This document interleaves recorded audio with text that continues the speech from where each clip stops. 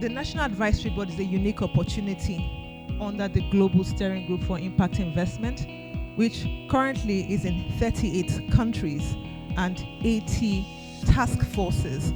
So by 2025, we should have over 100 national advisory boards and regional advisory boards, all moving towards addressing the barriers, impact investment barriers in their market. By 2030, we want impact to be at the heart of every decision, whether investment, whether it's in purchase, whether it's in policy. We must get the kind of capital we want, and the private sector must not be left behind, as well as institutional investors. It is important that we are deliberate in the work we are doing to bring everyone on board. The thing that we get to know from investors is what are we prioritizing in terms of our economy in Nigeria when it comes to impact investing.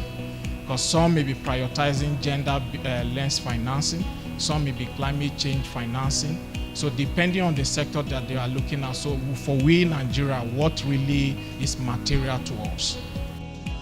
An SDG Investor Map is basically a market intelligence tool that provides investors with market insights on where opportunities are most aligned to sustainable development priorities.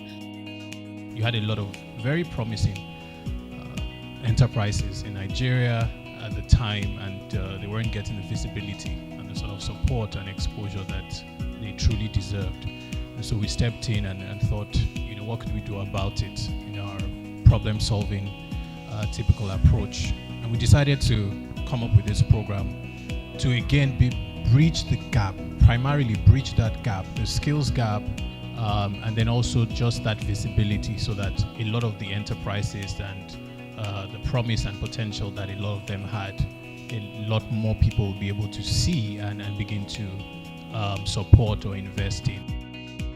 We realize that in the room, there are a number of investors currently here who are raising funds. Actually, we know a few of you who are currently in that fundraising stage.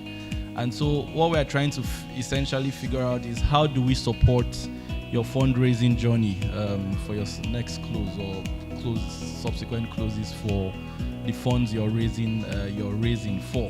And understand that there's a huge financing gap for gender in the impact investment space, and from research we've done previously, is a huge issue where female fund managers are not able to, raise capital within a reasonable time to sort or close this gap. There's the saying that poverty in Africa has a feminine face. And so if you are going to challenge this developmental problem, you need to be intentional about bridging this gap. I think that's the narrative that we have to have for the Gender Summit. Otherwise, it will just be lots of women and it will be counterproductive. Ladies and gentlemen, thank you very much for coming.